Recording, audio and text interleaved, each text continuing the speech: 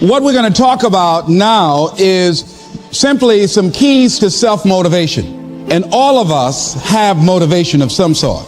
I define motivation as the desire to achieve that which you believe to be worthwhile. If you clicked on this video, you're already ahead of the majority because you're looking for growth. Welcome to Epic Motivation. Let's get started. And many people go through life never getting in touch with their greatness because of the lack of motivation to push themselves, or because they have not found something that they believe to be worthwhile to challenge them. I heard a poem once that said, many a flower has bloomed unceasingly and wasted sweetness upon the cold desert air. It's translated, that means simply that many a talented persons have gone unnoticed, and the world never had a chance to be exposed to their talent because that person did not take the time to begin to express or to demonstrate or to motivate themselves in the direction to bring that which they came into the universe to bring. How can you measure your motivation? How can you evaluate where you are on a scale of 1 to 10? Let's do this for ourselves mentally. How do you rate yourself from 1 to 10? Your mental attitude about yourself, how you feel about you, how you feel about life. How do you rate yourself on a scale of 1 to 10 in terms of your physical appearance, in terms of your health? Do you take care of yourself? Are you allowing yourself to get overweight and out of shape? Are you conscious of your health? Are you watching the food that you take into your body? Do you make a deliberate effort to exercise? You know, it was George Burns. He said, we cannot help getting older, but we don't have to get old. And many of us get old before our time because we don't take time to take care of ourselves. Your environment is a very good indicator. On a scale of 1 to 10, is it what you want it to be? Do you find it desirable? Are you satisfied? The job or career that you're involved in. Someone said that 85% of the American public are unhappy with their jobs. Are you spending 8 hours a day just doing time? Doing something that you don't find challenging, that does not make you stretch mentally, that does not stimulate you, that does not inspire you. Something that you don't find a sense of fulfillment in it. If you're doing that day in and day out, it has to affect how you feel about yourself, your level of motivation. Your relationships. What kind of impact is it having on your life? Is it nourishing or is it a toxic relationship? Does it drain you or does it build you up? Ask yourself that. How motivated are you to do something about it? Your contribution, your actions. What are you giving? Many people will leave the universe without a trace. No one will know they were here. And in fact, under their name, we could put under there, not used up. Will anybody know that you came this way? What contribution are you giving? What will you leave? What will be different because you came this way?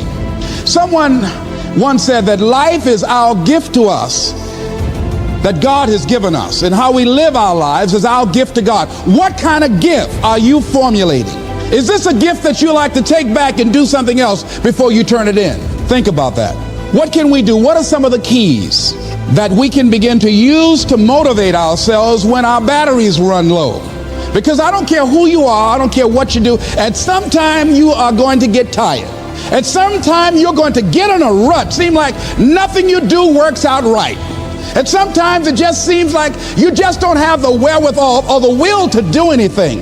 That sometimes you act like you're punch drunk. You're just wading through life, just doing time day in and day out, looking at non-discriminatory television, anything that's on, just looking. And depressed, feeling powerless, feeling useless, and bored. What do you do? How do you get yourself out of a rut? How do you, when you know you can do more than what you've been doing and you're not doing it and you're discontent with where you are, you get angry at yourself. How do you get out of that rut? How do you motivate yourself? One of the things that we must do is that we must be involved in working on achieving self-mastery. You must work on yourself continuously. Never be satisfied with yourself. Always know that as you invest the effort and time on you, that's the greatest ability that human beings have above animals. See, a dog can't be anything but a dog.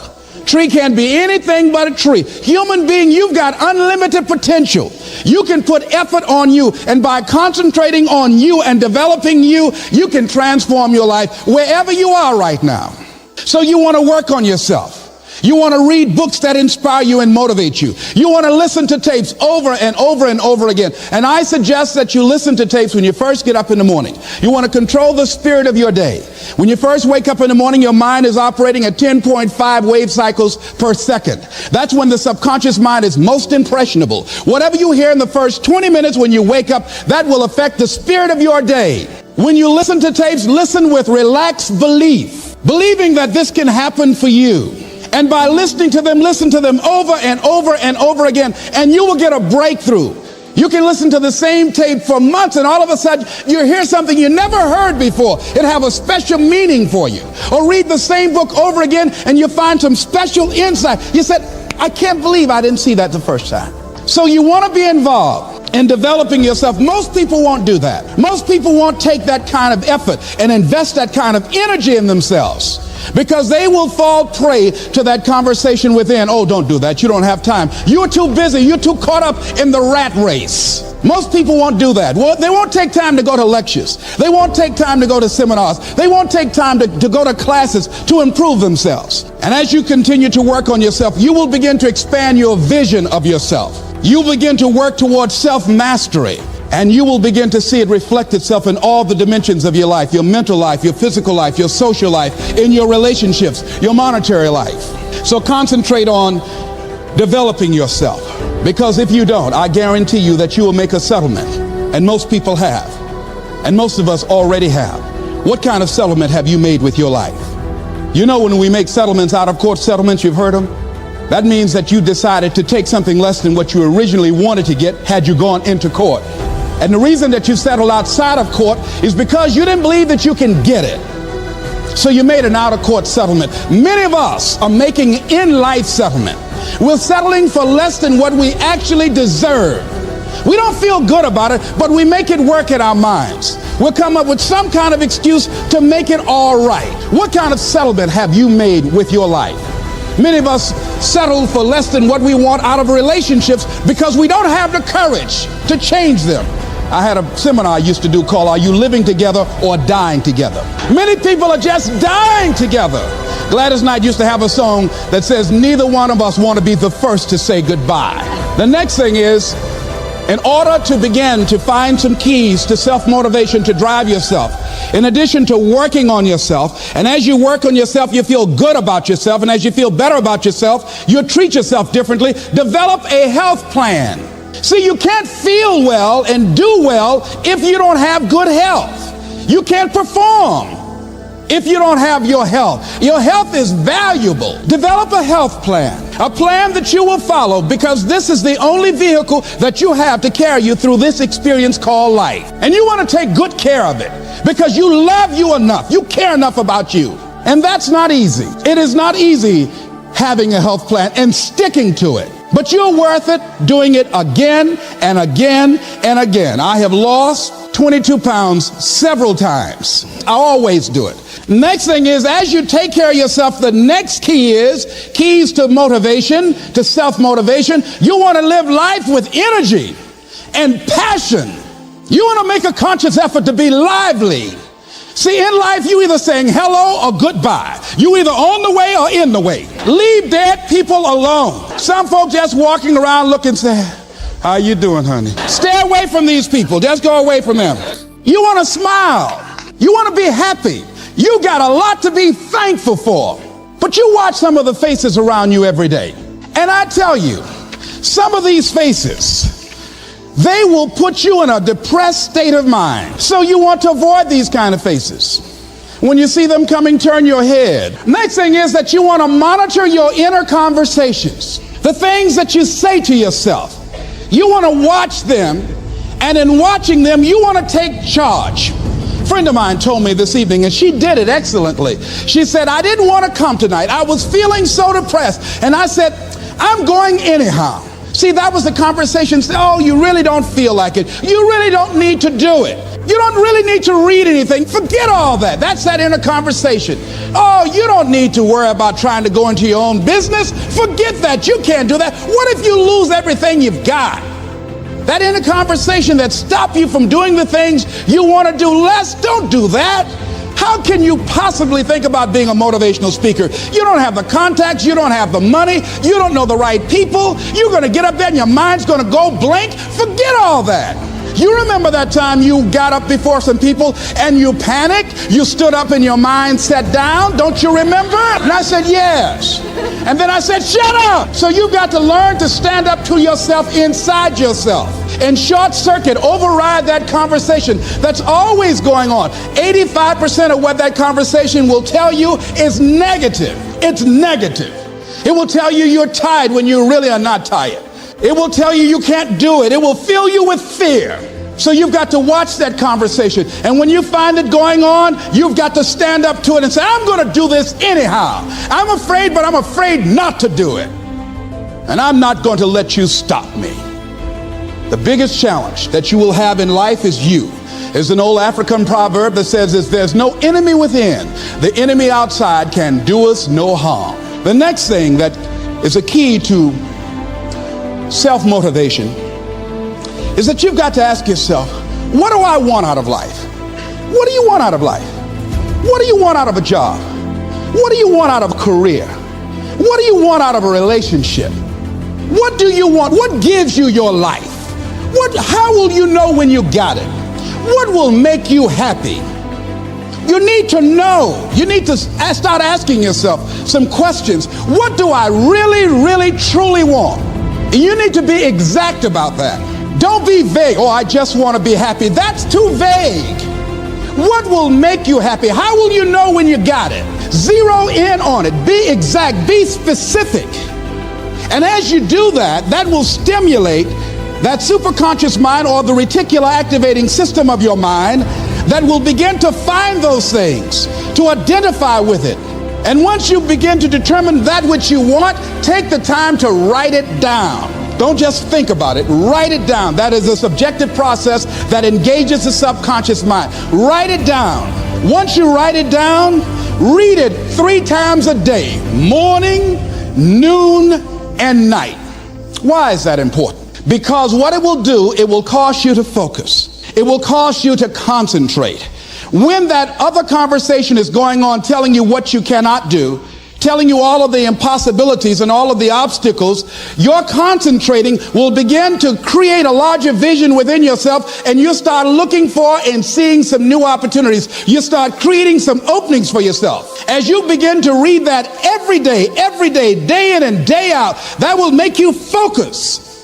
That will discipline your thinking, and you'll get all kind of creative ideas. As I talk to you right now, being involved in this immersion process, you're going to create some openings for yourself. You're going to get some ideas. You're going to feel your adrenaline flowing, and you're going to think about something, some idea you had, and you say, I want to go back and I'm going to look at that again from a different vantage point, not from the level of the problem or the obstacles that I encountered, but from a higher vantage point. Because what you will begin to see and to know as I talk to the higher consciousness within you, that you are powerful, that you are a miracle worker. And that inner conversation has conditioned you to believe that you are not. And as you begin to discover the truth of who you are, whatever challenge that you're facing in life, and if you're living, you're facing some challenge, you'll begin to know that you're powerful and that you're a miracle maker. So as you begin to write down exactly what it is that you want, read it every day. The next thing is, see yourself there. How will you feel once you get there? What will the experience be like for you? What will be different? What kind of person do you have to become in order to get there? Visualize yourself there. You want to see yourself beyond your circumstances. You got a challenge, see yourself beyond your challenge. See yourself with the challenge already resolved and knowing that all is well. Seeing yourself in control and in charge of your destiny, being healthy and happy. The next thing is, it is important in the area of motivating yourself, it's important to know why you're doing it. Because that mind will say, why bother? Why go through all this? This is too hard. No, throw in the towel. It's not worth it. Has it ever said that to you before? Here's how you can handle that. Here's how you override that. Write down 5 reasons why you deserve it. Why do you deserve what you want? Why you? Why do you deserve it? What meaning and value will it bring to your life? What's so different about you? that you deserve your goal or this goal. And when you write down those 5 reasons, when you have some down moments, and you're going to have them, when that conversation starts talking to you, and it's going to talk to you, what you will do is you can pull that out and read it, and it will build you up. It will be your rod and your staff to comfort you through some challenging moments, because you're going to have some. Life will knock you between the eyes. It will catch you on the blind side, come out of nowhere, stuff you can't anticipate that will knock the wind out of you. You want to give up. That's why it's important for you to work on yourself, listening to tapes, building yourself up, talking to yourself with power, feeling, and conviction, building yourself up day in and day out, because it's coming. The next thing is that whatever you do, you want to develop technical mastery. You want to be the best at what you do. You want to master it. See, part of self-motivation is you've got to find something that gives you a strong sense of competence. Well, you become known for that. You develop a reputation of being good at doing that. You set some high personal standards for yourself. You're not competing with anybody else. You're just unfolding yourself to be the best person that you could be. That you want to give the best quality service that you can give, because that is a statement about who you are. The other thing that's the key to self-motivation is recognize the fact that you're going to get into some slumps. Recognize the fact that you're going to encounter a great deal of failure in life. It goes with the territory. But in the face of that, you want to be relentless. When you want something, you don't expect everybody to say, oh, come on in. Oh, you want this? Oh, great. We want to give this to you. You're such a nice person. You're doing it for your family, aren't you? Great. No, life isn't like that. No, many doors will be closed in your face. Many loans that you will want. And they'll say, no, you don't have enough collateral. You don't have enough credit. And most people will give up. But you've got to decide that I'm going to be fearless. I refuse to be denied. And I'm going to go all out. I'm going to be relentless. I don't care how many no's I encounter. I like something Isaiah Thomas said when he was getting ready for a basketball game. He said, I'm going to either shoot us in or shoot us out, but I'm not going to not do anything. You can't make a basket unless you shoot the ball. You can't hit a home run unless you take a swing at it. Most people won't even take a swing. Well, I probably won't make it anyhow. That's the conversation within. They probably won't give it to me anyhow. If you want something, you've got to be relentless. You've got to decide, I deserve this, and I'm going to have it. And you go all out to get it. That drives you.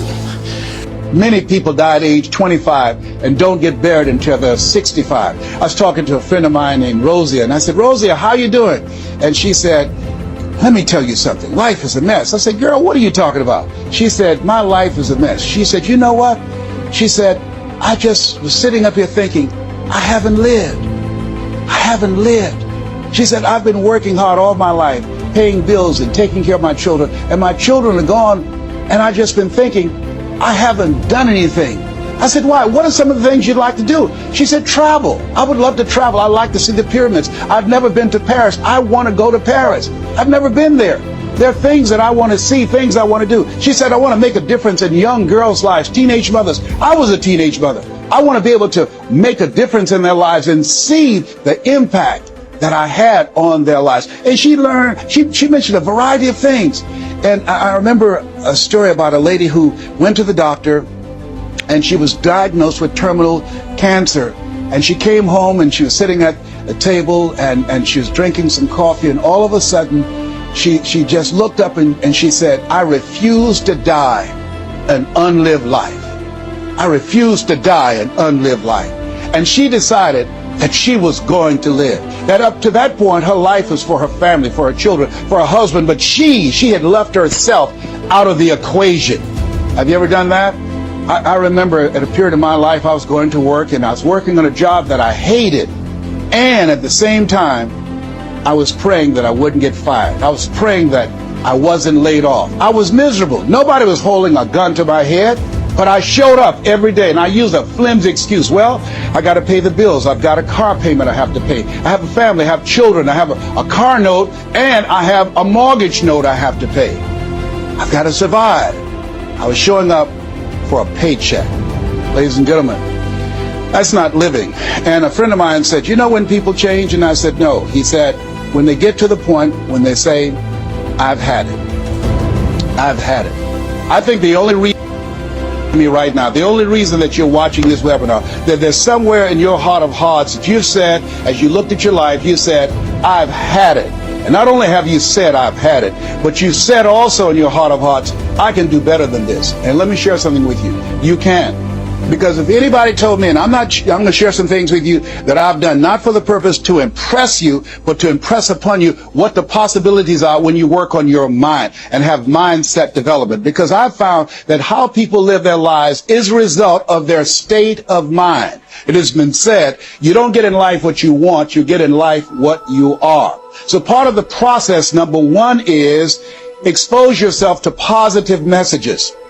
See, what I'm doing right now, I'm distracting the story that's going on in your head right now. How you live your life, how I live my life, how all of us live our lives is a result of the story we believe about ourselves. And most of us are born into stories. I was born into a story where we were poor, but we didn't know it. I didn't know we were poor until I got on a bus with my mother going to do domestic work on Miami Beach. And when we crossed the Venetian Causeway and I saw those big, beautiful hotels, and I was in the homes with my mother making up beds and cleaning, and we ate the food left over from the families that she cooked for. And we wore the hand-me-down clothes of the children that she kept. And I kept saying, Mama, what is it, boy? As we got ready to pack up to go back home and to Overtown and Liberty City and all the poverty and filth and the violence there, I said, why can't we stay here? Why can't we stay here? She said, Leslie, we can't. Why? Because we can. Why, Mama? Why can't we? She said, it's just the way it is. Now shut up. I was curious. I wanted to live like Mr. Sidursky lived. I wanted the big car that he had. I wanted that big home that he had. We lived in a 2-bedroom apartment. It was 7 of us, plus Mama. He had a big mansion, just 3 of them, 10,000 square feet. I said, Mama, what is it, Leslie? One day, I want to buy you something just like this. My brothers and sisters, when we were on the bus going back, they were just engaged in playful things. I was thinking and dreaming. Mama didn't understand why I was thinking like that, because I'd been exposed to positive messages. I had to take care of Mr. Sidursky. I had to shine his shoes and clean his office. And every day when he was listening to motivational messages, I was hearing those things too. Earl Nightingale, we become what we think about. All of us are self-made, but only the successful will admit it. In order to be successful, you must be willing to do the things today others won't do in order to have the things tomorrow others won't have. Your mind is a machine. You must program yourself for success. Wow. When I heard those words, I said, wait a minute. I can program my mind for success. I can program my mind for wealth. You can too. Trust me. I've earned over $55 million in the last 28 years. Anybody told me that I would be doing what I'm doing right now? I spoke recently in Sweden. They paid me 40,000 euro for an hour speech. I had no idea that this Les Brown that you now see had the ability to do that. I used to work for the Miami Sanitation Department as a garbage collector. I used to be a janitor. I used to do door-to-door sales. I used to work for Sears in Miami on Biscayne Boulevard. I had no idea this Les Brown that you now see had the ability one day to give lectures at Harvard or Yale or Dartmouth University. I had no idea that this Les Brown existed. I don't tell you that to impress you, but to impress upon you. There is more in you. Simba, there's more in you than you have been expressing. All of us have seen Lion King, some great symbols in there. And I say to you, there's more in you right now than's represented in your bank account. There's more in you right now that's being reflected by your life right now. Your life is not a true reflection of your potential. You have greatness within you. You have the ability to do more than you can ever begin to imagine. There's a reason that my favorite book says, as a man thinketh, so is he. And as he continues to think, so he remains. In order for us to begin to break into that level of greatness that we have within ourselves, you have to make a conscious choice every day to expose your mind to positive messages. But life shows us things. It's not an outlet. It doesn't feed into anything. It doesn't give water to anything. It only receives water. There are a lot of people, ladies and gentlemen, that are takers. They're inlets, but they're dead. They're dead inside. They're not giving anything. Their lives are salty, tasteless life, non-contributing life. They're the walking, breathing dead. How many of you know people just take and don't give anything back? These are miserable people. They're miserable people to be around, these takers. The act of giving makes you more alive and able to sustain life. See, when you are going through life relentlessly, seeking out what is it you're supposed to give? What service are you supposed to give? That you're supposed to provide, that you're supposed to bring? That's very important. Service is the rent we pay for the space we take up on earth. So decide now, whatever you have, whatever this is that you have in you, that you're going to give, and you're going to give like you've never given before. Why? It gives your life to give. It brings out more in you. The more you give, the more you realize you can give. The more you share, the more you love, the more compassion you show. What a time when we have homeless people. The time when we have young people who have no sense of purpose and direction. At a time when people are feeling powerless with all the massive layoff and jobless people, and there's a mean spirit against people that are down on their luck. For people now decide that regardless of what's going on in my life right now, there's something I can give. Regardless of what's going on, that I showed up to do something, and I'm going to find a way to become of greater service to humanity and greater service to life. Now, what can you do, Les? When you have been telling yourself you can reach your goal, and you've been affirming, I am abundant, I am rich, I feel better than good and better than most, I am blessed and highly favored, I can make it, I'm a winner, and you losing every day. You reading all these prosperity books, you listening to all these tapes, and it ain't happening. You wrote your goals down, you've been concentrating on these goals, you've been going out there and you have no money in your pocket, you talking about, I'm a rich child of God. Your mind say, come on, give me a break. Who you joking? What do? When you've lost your spirit, you've lost your job, you lost everything, life been devastated. How do you do it? Come on, be real, man. Come on, get a life. You can't do that. You can't come back from that. Come on. How do you do that? Here's something that Larry DeAngelo wrote. He said, life is like a grindstone. It can polish you or it can pulverize you, depending on how you position yourself. Think about this goal you have. I want you to think about it hard, because here's what happened to that man that closed himself into the garage. He didn't believe this. This is some place that you can always retreat to and be in concert with yourself. See, when I started working on my goal, just starting 5 years ago, to go into a $210 billion industry, had no training in that industry, never did it, no exposure in that industry, wanting to become nationally known, not a celebrity, not some athlete or actor, no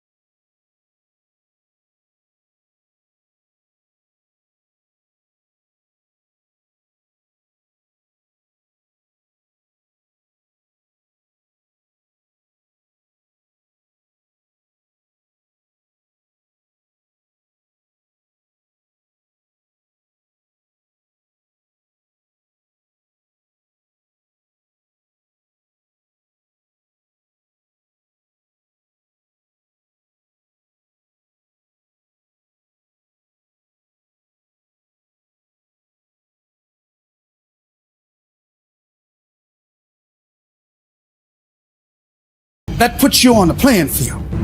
You ain't got to hype yourself and psych yourself out. What it does is just keep you moving in that direction.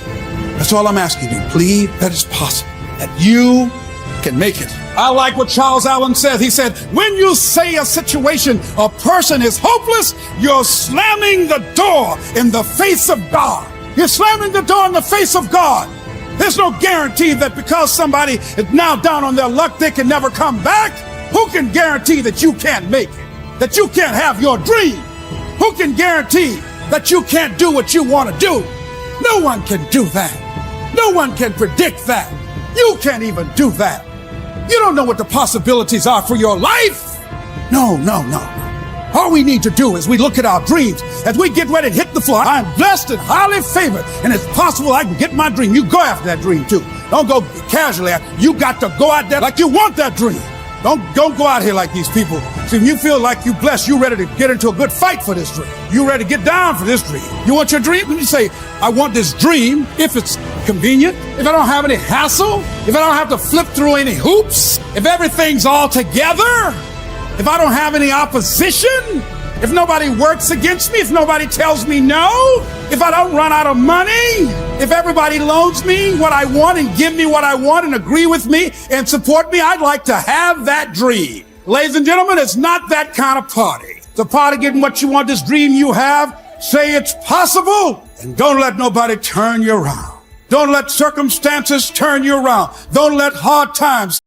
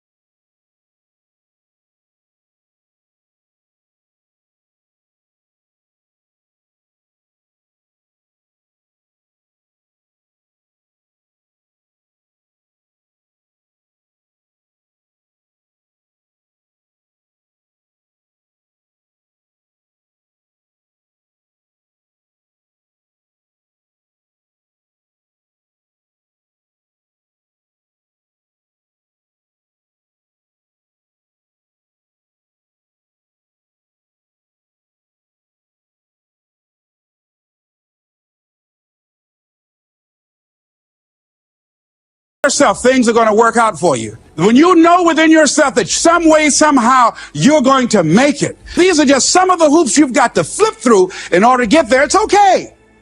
Have a friend who went to get a job and the people didn't hire him. He was so negative. They just don't have a job today. If you want to reach your goal and have a competitive edge, you've got to be hungry. I was doing work for a major corporation and they were having a major downsizing. It's just another terminology for major firings. The people that were working there, they approached them and said, listen, you are eligible for early retirement. We will give you a buyout package of $300,000 if you take it within this time frame. However, after this time frame, when we have the downsizing, you might be among the people cut and you will lose all of benefits that we're talking about right now. And the most you can get is 2 weeks severance pay. Ladies and gentlemen, only 50% of the people that were eligible took this. Let me tell you something. If I'd been there, I'd have gone to ask for your check. See, ladies and gentlemen, life is too short trying to play it safe. It's too short and unpredictable, being miserable. It's too short for that. Here's the thing. There's no safe position in life. Let me tell you why. It's a quiet secret that most people don't realize. You can't get out of life alive. Hello, you can't get out of life alive. So there's no safe position. So if you want to make this your decade, you've got to decide to be bold. So you got to be bold in life.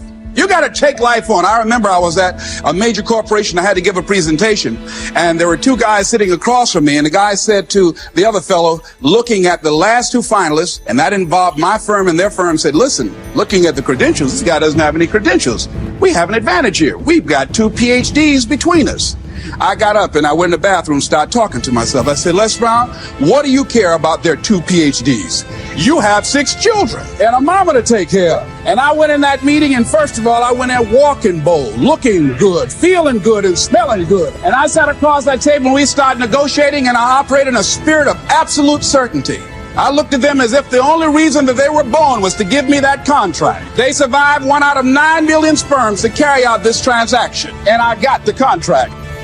So you've got to decide to be bold. Most people go through life trying to creep. No. Trying to be casual about it. No. You go through life being casual, you will end up a casualty. No. You've got to be bold in life. You've got to take life on. When you have some goal out here that you're stretching for and reaching for that takes you out of your comfort zone, you'll find out some talents and abilities you have that you didn't know you had. I started speaking just to elementary school kids, because I knew they didn't know what I was talking about. And they gave me all kind of standing ovation. Then I graduated up to junior high school, and then to senior high school, and then to various community groups and church groups and civic associations, and then to colleges and to businesses. Now I'm traveling across the country and then traveling nationally and internationally. But I never would have discovered what I'm able to do right now if I wasn't willing to take a chance. And you've got to be willing to do that. You've got to believe in yourself. You have something special. You have greatness in you. I've been saying for a long time, you have greatness in you. And someone asked me, why do you always say that and emphasize that every time you speak?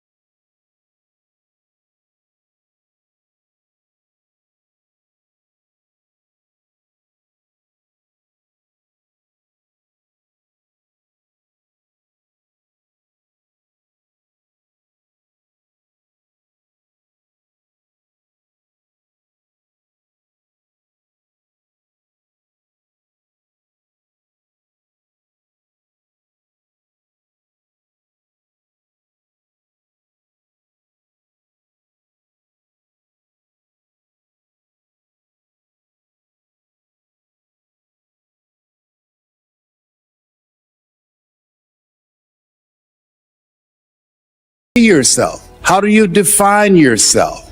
And where are you going? Something that you want to do, something that you want to accomplish. When scripture says, eye has not seen, ear has not heard, nor has entered the heart of mankind what God has in store for you, that means something. I hear people saying that all the time, and they haven't done anything. They haven't been anywhere. They don't even live their lives from a place of power. They don't even know who they are. And they take their talents, their abilities, their skills, their superpower to the cemetery. And you know people like that because they underestimated themselves because of the kind of environment that we live in. That's why Richard Wright said, the impulse to dream has been slowly beaten out of me through the experiences of life. We've had some experiences that many of us don't even dream anymore. Somebody asked the question, when is it a man or a woman dies? When their dreams die. So you listen to these people speaking, these politicians. They're trained. They're all talking from the same playbook. They'll get in the media and they get caught red-handed and lie with a straight face like you are blind. Nothing happens until it's spoken. Warren Buffett said this, the most important investment you can make is in your ability to communicate. Not being able to communicate effectively is like being in a dark room with a woman. Nothing happens. And I realize I'm not for everybody, because the majority of people are not hungry. If you're serious, tired of playing around, knowing that there's no such thing as job security, want to live a life that's you, want to live a life that the future you will say, whoa, I'm so glad you made that decision. A life that gives you a sense of significance and purpose and power.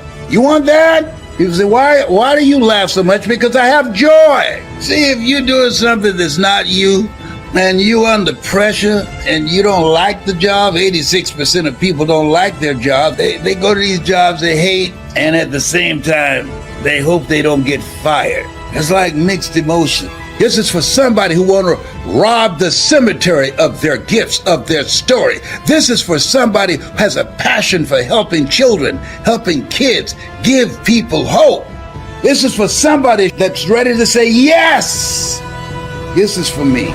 I don't want to convince you to do this. A person convinced against their will is of the same opinion still. Most people are not serious. Most people are not hungry. Most people have already settled.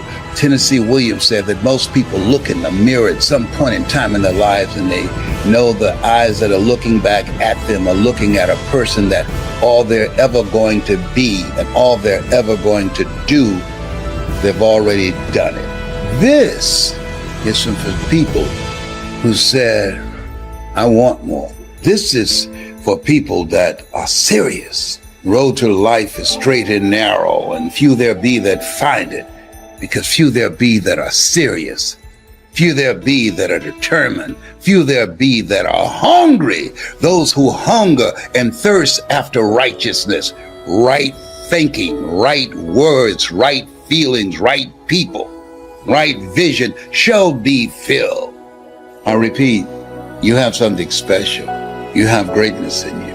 Ladies and gentlemen, I want to talk to you about taking charge of your life. This is a time that people are literally taking charge of their lives because they know that life, it does not have any warranty. You have no guarantees, and you have to take charge. What do you want to do with your life? People are rethinking their lives. What do you look like? What does your life look like? How do you want to do life after this? That now we have to make a conscious, deliberate, determined effort to find peace, to build stronger relationships, stronger family ties, to turn to each other rather than on each other, to stay focused on some goal, some skill that we can develop, something that we want to do, some impact we want to make with our lives, rather than just running scared. We're here to do a work, the greater work. You have something special. You got greatness in you. And you have to make a conscious, deliberate, determined effort to find out what is that greater work? What does that look like? And let me be about my Father's business. Let me be engaged in doing something. And this is what people want. The reason that many people who have been told, oh, you don't have to come in now. And then they said, okay, you can come on in now. it's safe, and there are people saying, no, that's it. I want to do something that's me. And that's a good thing. Doing something that's you. It's unthinkable for some of you saying, I don't want to die a life doing something 40 hours a week or 60 hours a month. That's not me. I want to do something that resonates with me, with my heart, with the things that I know that I have within myself to do, but through procrastination, through fear, through being in a toxic, negative environment, through my not having confidence in myself, and I know about that. For 14 years, I didn't do what I'm doing because I didn't believe in me. I didn't have the confidence because I don't have a college education. I didn't think that I can compete with people with PhDs and MBAs. And being labeled educable, mentally retarded, and put back from the 5th grade to the 4th grade, and failed again at the 8th grade at Booker T. Washington High School in Miami, Florida, where Michael Baptiste is from. I did not think that I had the ability to do what I'm doing. And so here's what I'm challenging you to do. Number one, get a larger vision of yourself. I want you to live from where you see yourself going. Did you hear what I said? Live from that place.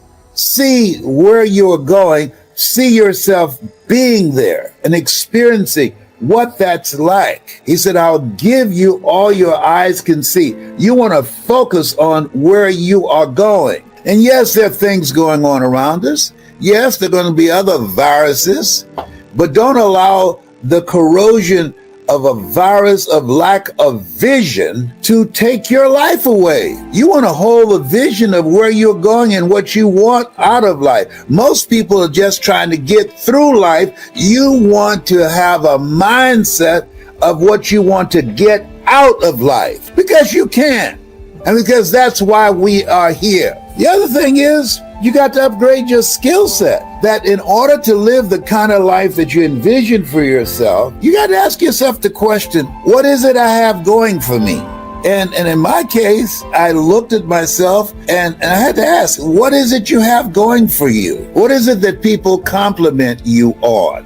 What is it that comes to you naturally? What is it that you could do it and it's no big deal, but you do it well?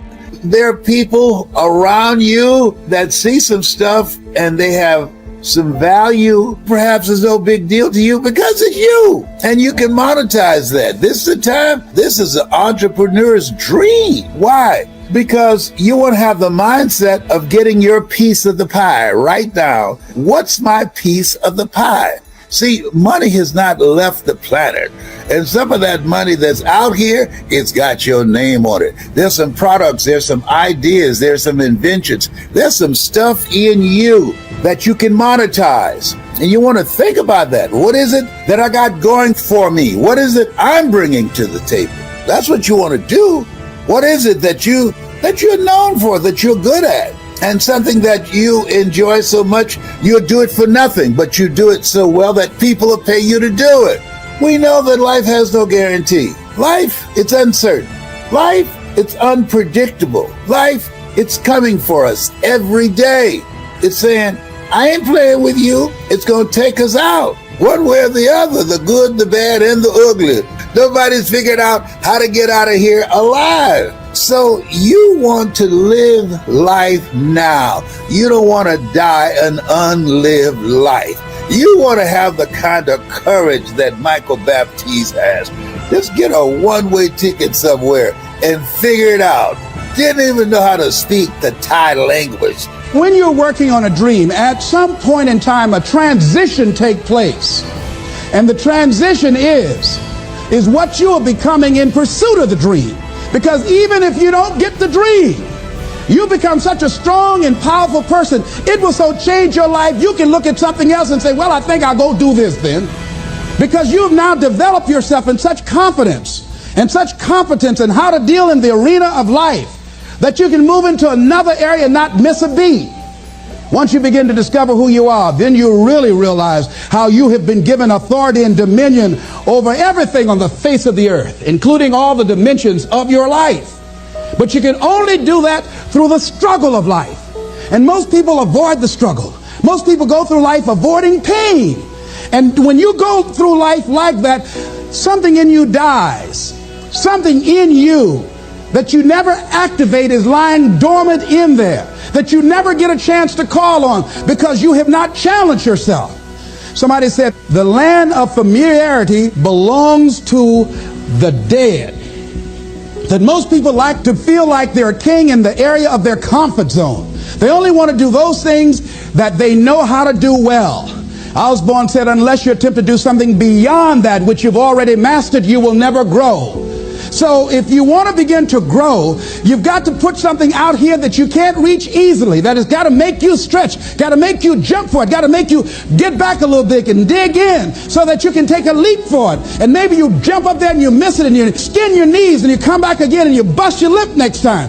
But you keep on, and through that process, you learn how to leap higher. You start challenging yourself to dig deeper, and then you discover some things about you that you don't know right now. Some talents that you have in you that you didn't know that you can do.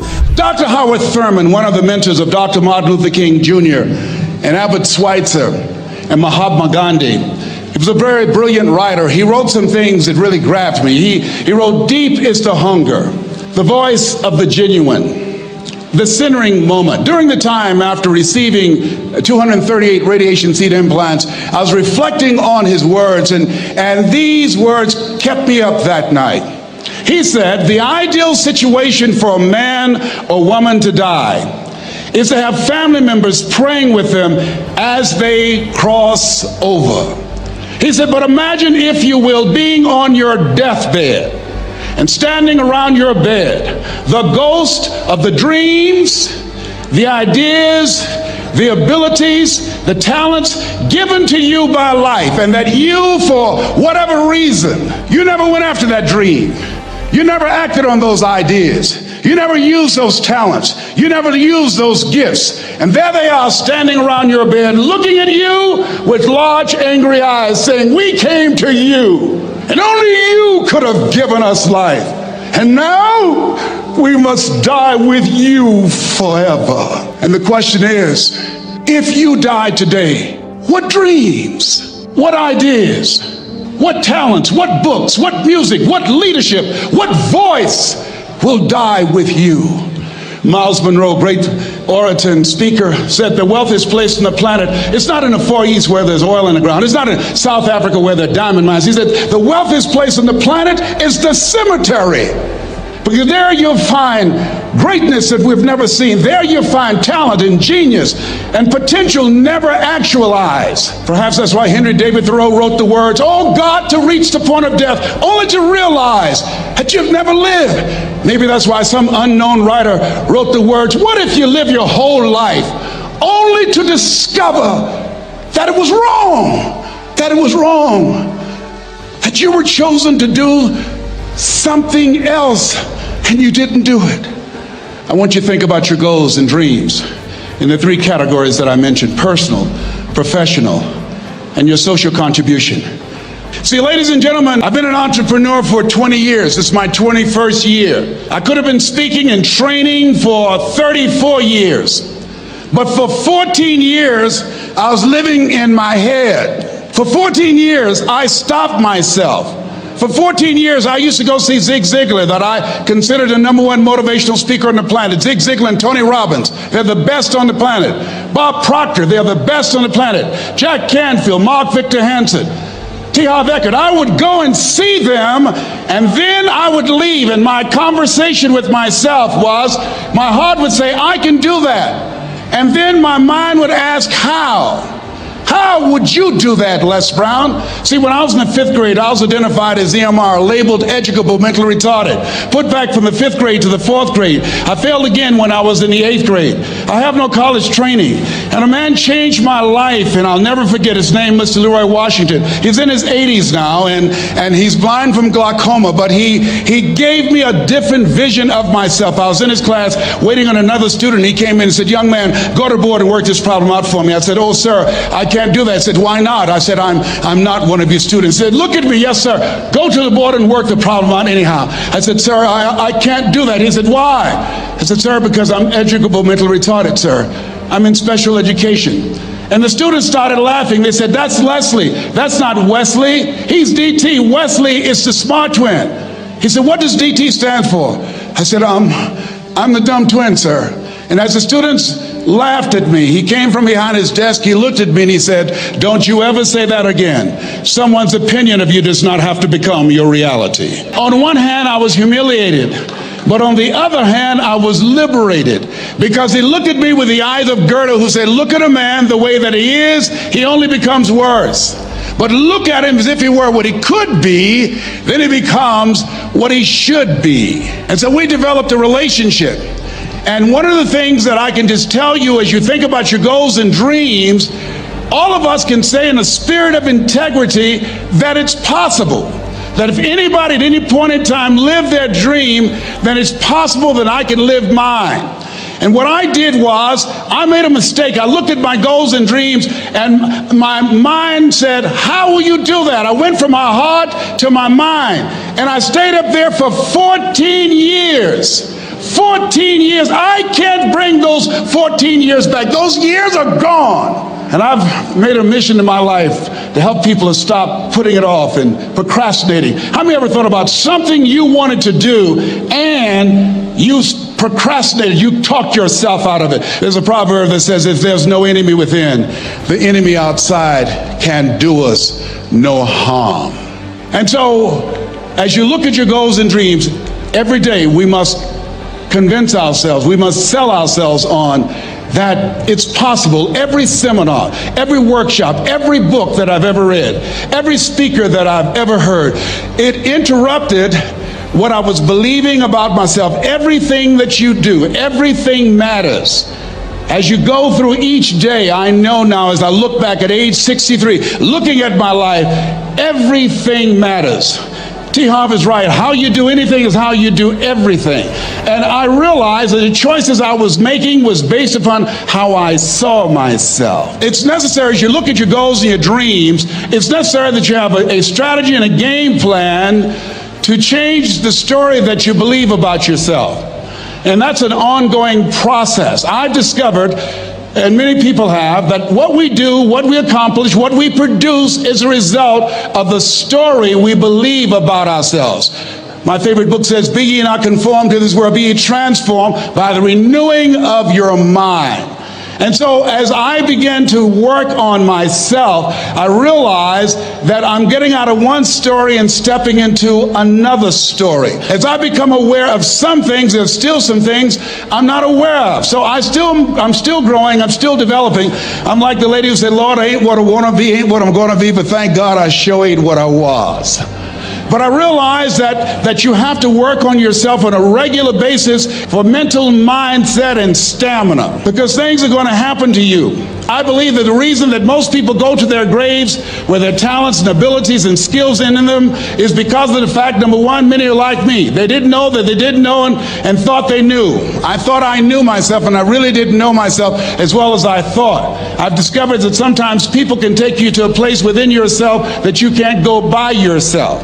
The other reason is I was afraid. I never worked for a major corporation. I wanted to speak for corporations. I was afraid I would be exposed because I don't have a college education. I felt inferior because of the fact that I don't have a college education. I allowed that level of fear of failure to stop me. And because I never had any experience in it, I